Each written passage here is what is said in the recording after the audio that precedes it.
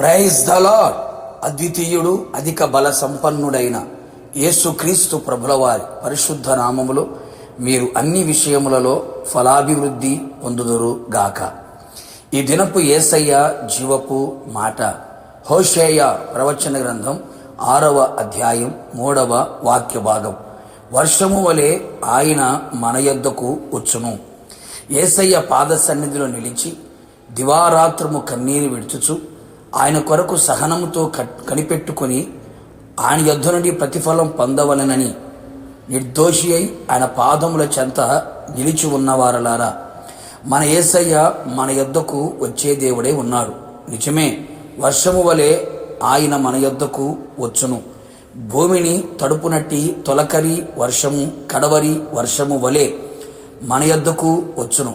వర్షము లేక నేల చీలి ఉండెను. సేద్యము చేయువారు సిగ్గుతో తలలు కప్పుకొని ఉన్నారు అని వ్రాయబడి ఉన్నది కదా. అవును ప్రియులారా, వర్షము లేని కారణాన నేల ఎండిపోయెను, చీలిపోయెను, విత్తనం ఫలించకపోయెను, ఫలము రాకపోయెను.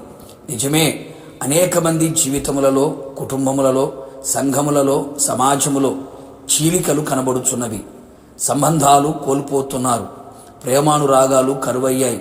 అసమాధానం, అశాంతి ఏలుచున్నది. విడిపోయిన జీవితాలుగా మారిపోతున్నారు. సంతోషం, సమాధానం, ఆనందం, ఆరోగ్యం, ఆశీర్వాదం, ఐక్యత లేక సిగ్గుతో తలదించుకొని ఉన్నారు. ఫలభరితమైన అనుభవాలు లేని వారై వాడిపోయి ఎండిపోయిన స్థితిలో నిలిచి ఉన్నారు. నిరాశ వలయాలలో కనబడుచున్నారు.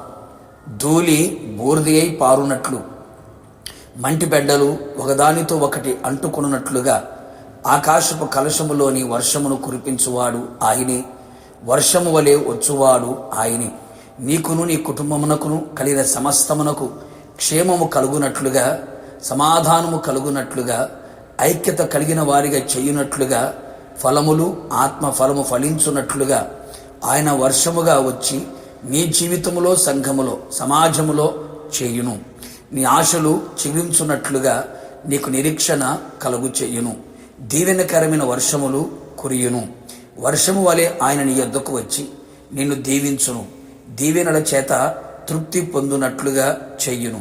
పట్టజాలంత విస్తారమైన దీవెనలు, మెండుగా దీవెనలు నీకును నీకు కలిగిన సమస్తమునకు దయచేయును. దేవా, నీ స్వాస్థ్యము మీద నీవు వర్షము సమృద్ధిగా కురిపించితివి.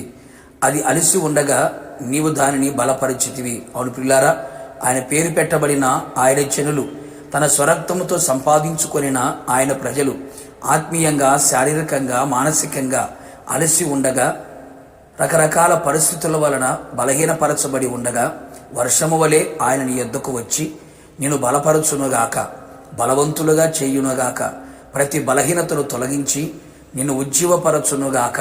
అంతేగాక మంచి వర్షము వలె నీ యొద్దకు వచ్చి నీకు విజయమును దయచేయునుగాక.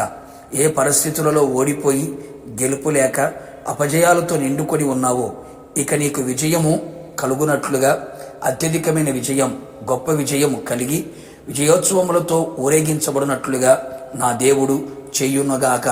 ఆయన రాకడ కొరకు మనందరినీ కూడా సిద్ధపరచును గాక. ప్రార్థన. కృపాసత్య సంపూర్ణమైన మా ప్రియ పరలోకపు తండ్రి, నీ పరిశుద్ధమైన పాదములకి స్తుతి స్తోత్రములు చెల్లించుచు ఉన్నాం. వర్షము వలె మీరు మా యొద్దకు దిగవచ్చే దేవుడిగా ప్రత్యక్షమైనందుకే మీకు స్తోత్రాలు. అవును తండ్రి, మీ ప్రజల మీద దీవెనకరమైన వర్షములు కురియునట్లుగా దీవెనలతో ప్రతి హృదయమును తృప్తిపరచమని ప్రార్థన చేయుచు ఉన్నాం. శాపము, దరిద్రత, కొరత, లేమి, కొదువ లేకుండా సమస్తము దీవెనకరముగా మార్చబడినట్లుగా కృపదయ చేయండి.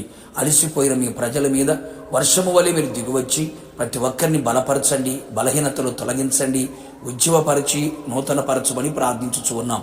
అలాగే జయము లేక అపజయాల మధ్యలో ఉన్న వారి జీవితాల్లో మీరే వర్షం వలె దిగువచ్చి జయమును కలుగు చేసి మీ నామాన్ని ఘనపరచుకొని మహిమ పొందమని మీకు అప్పగించుకుంటూ యేసు నామములో అడిగి పొందుకున్నాము తండ్రి, ఆమెన్.